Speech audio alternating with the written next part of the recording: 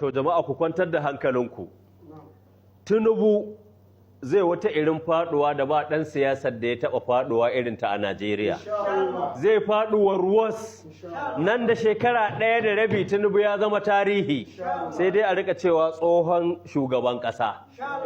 Ƙarya ne ba zai taɓa yiwuwa ba. Ana kashe 'yan uwanmu, ana yi musu yankan rago.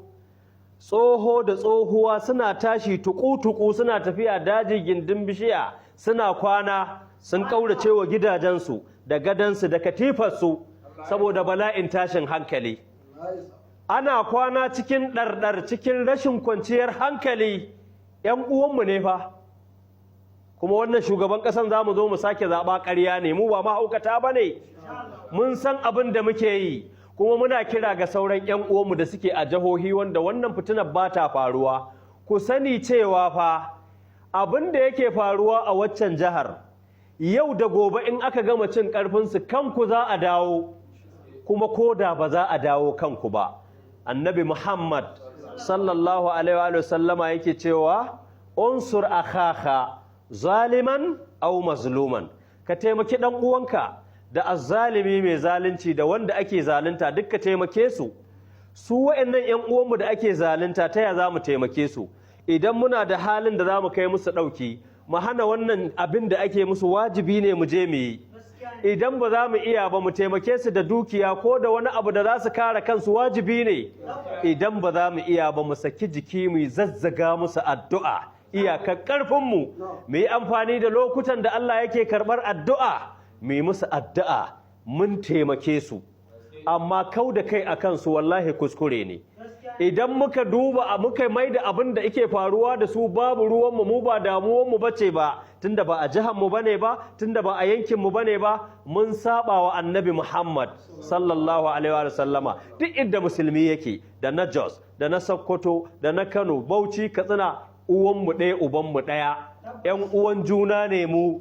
Da haka gwamnatin muslim ba wanda zai sake zuwa ya yaudare mu da wata kalma ta muslim wacce za a yi amfani da ita mu zaɓi Tinubu, ƙarya ne.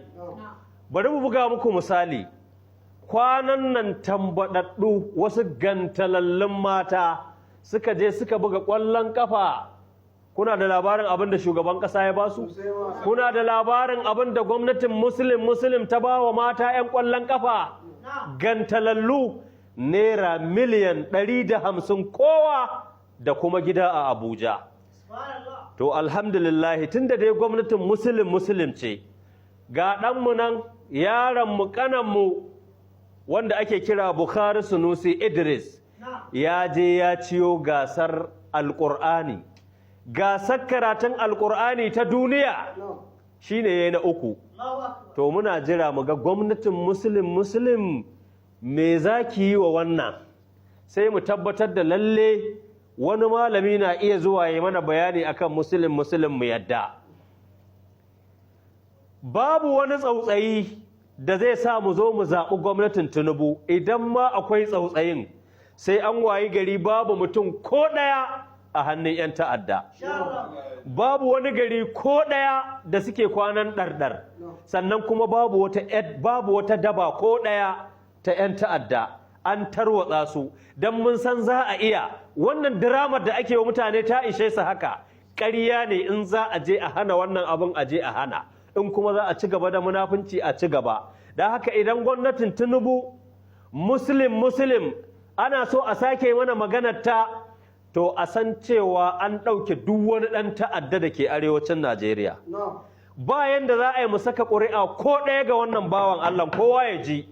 Alhalin muna da mutum ɗaya a hannun 'yan ta'adda, alhalin akwai gari ɗaya da musulmai suke kwanan ɗarɗar, alhalin akwai daba ɗaya da me 'yan ta'adda suke an kasa tarwatsa su. Ƙarya ne.